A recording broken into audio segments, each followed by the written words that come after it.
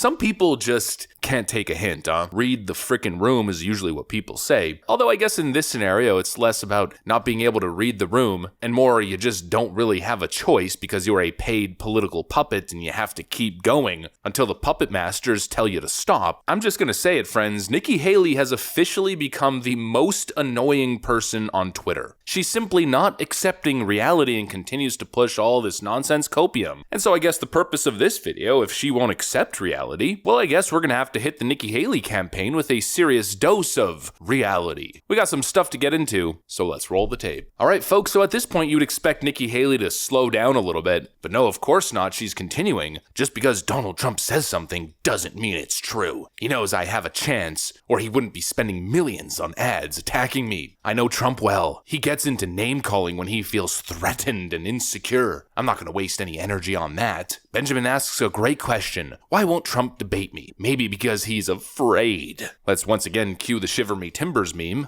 Oh, scary. Oh, shiver my timbers. Shut up, man. It's literally just non-stop copium of Trump is scared of me and I still stand a chance. I guess she didn't get the Chris Christie message. I mean, who's punching above their weight and who's getting a return on their investment, you know? And she's going to get smoked. And you and I both know it. She's not up to this. She's still pretending as if she's somehow in this race, and she's still pretending as if Donald Trump is unelectable and she's the only chance to save the world from Joe Biden's incompetence. Joe Biden may be two sides of the same coin. They may be the only person to be nominated by their party who could lose to the other guy. What's resonating is Trump is unelectable. It really does look like we're going to see Biden v. Trump again. He is who Joe Biden wants to run against. Joe Biden is chomping at the bit to run against Donald Trump because he thinks he can beat him again. The sooner people recognize Donald Trump as the nominee, the better it is for Joe Biden. Part of it is the electability issue. Let's go to Wisconsin. Nikki Haley beats Biden by a lot, 53-44. Haley has the widest lead against the sitting president. And to be honest, as someone who will probably support Joe Biden, I'm much more worried about Nikki Haley, who is ahead of Biden in those polls by about 17 points, whereas Trump is still within the margin of error. It does show that Nikki Haley is the greatest threat to Joe Biden. If you will join with me in this fight, if you will join with me in this movement to save America, I promise you our best days are yet to come. Thank you. God bless you. Let's do this.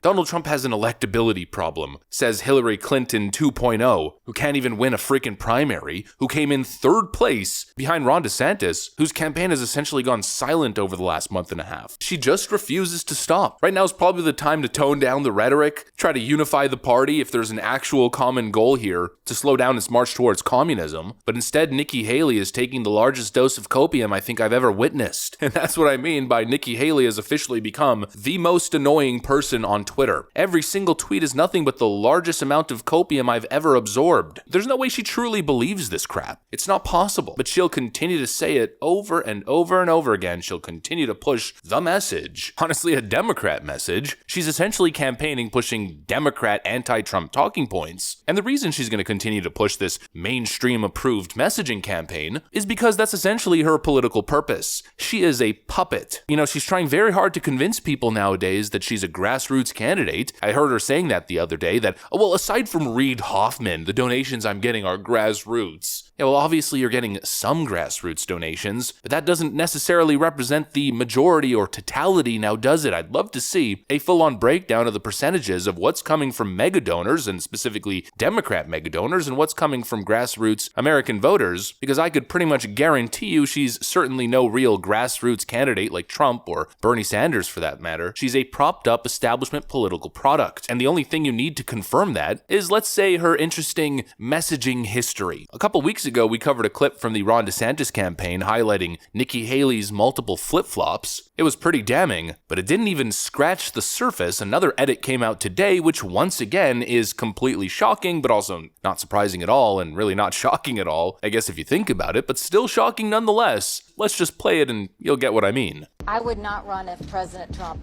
ran. I'm Nikki Haley, and I'm running for president.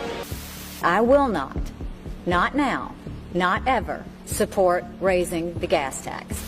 Let's increase the gas tax by 10 cents over the next 3 years.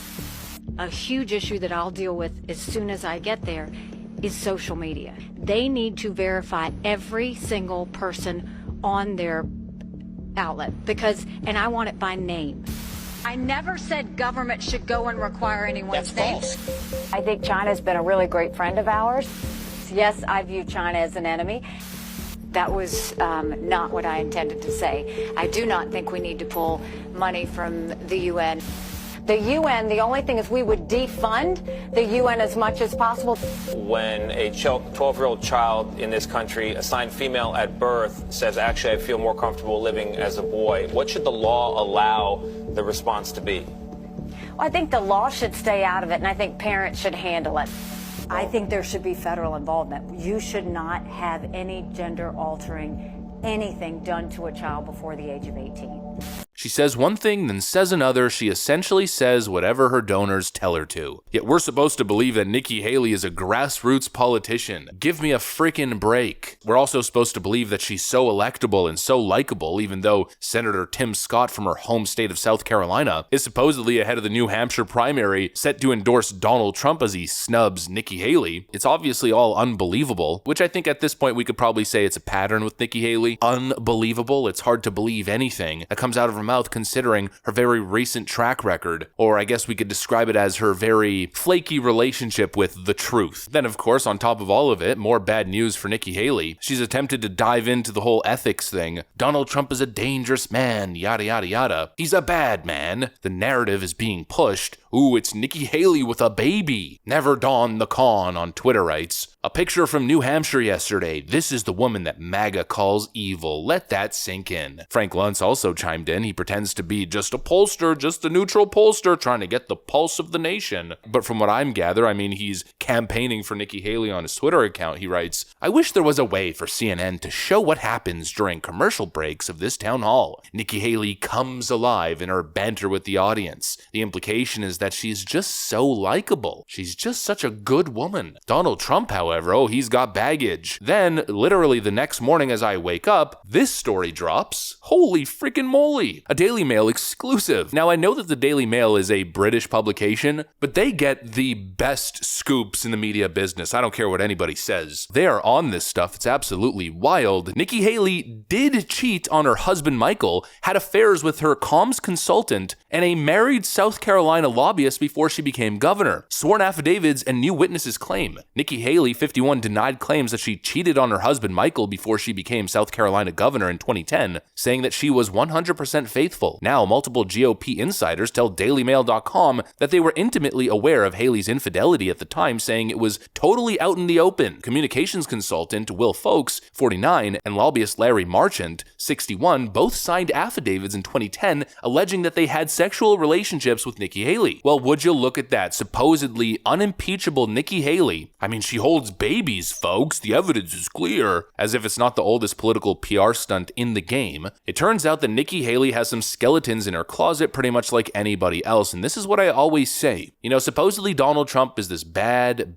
guy. He's horrible. He's the worst. But when it comes to Trump, I mean, most of it is out in the open. It's mostly public. I mean, in some ways, Trump doesn't even try to hide it. You pretty much see what you get. And, you know, I like that. I want to see some human flaws. Not everyone is perfect, and you don't have to have a perfect personal life to be a good leader, to possess leadership skills. And of course, the point that I'm trying to get to is the people that I'm most skeptical of are those who pretend to be perfect in the public, those who portray a fake image of themselves as having the highest of moral character and having never committed a sin in their lives. Those are the people that honestly scare me the most. And that is exactly who Nikki Haley is. She says one thing, then does another. She presents one thing, but is another. And so Nikki and the Nikki campaign, please, I have one message. Stop it.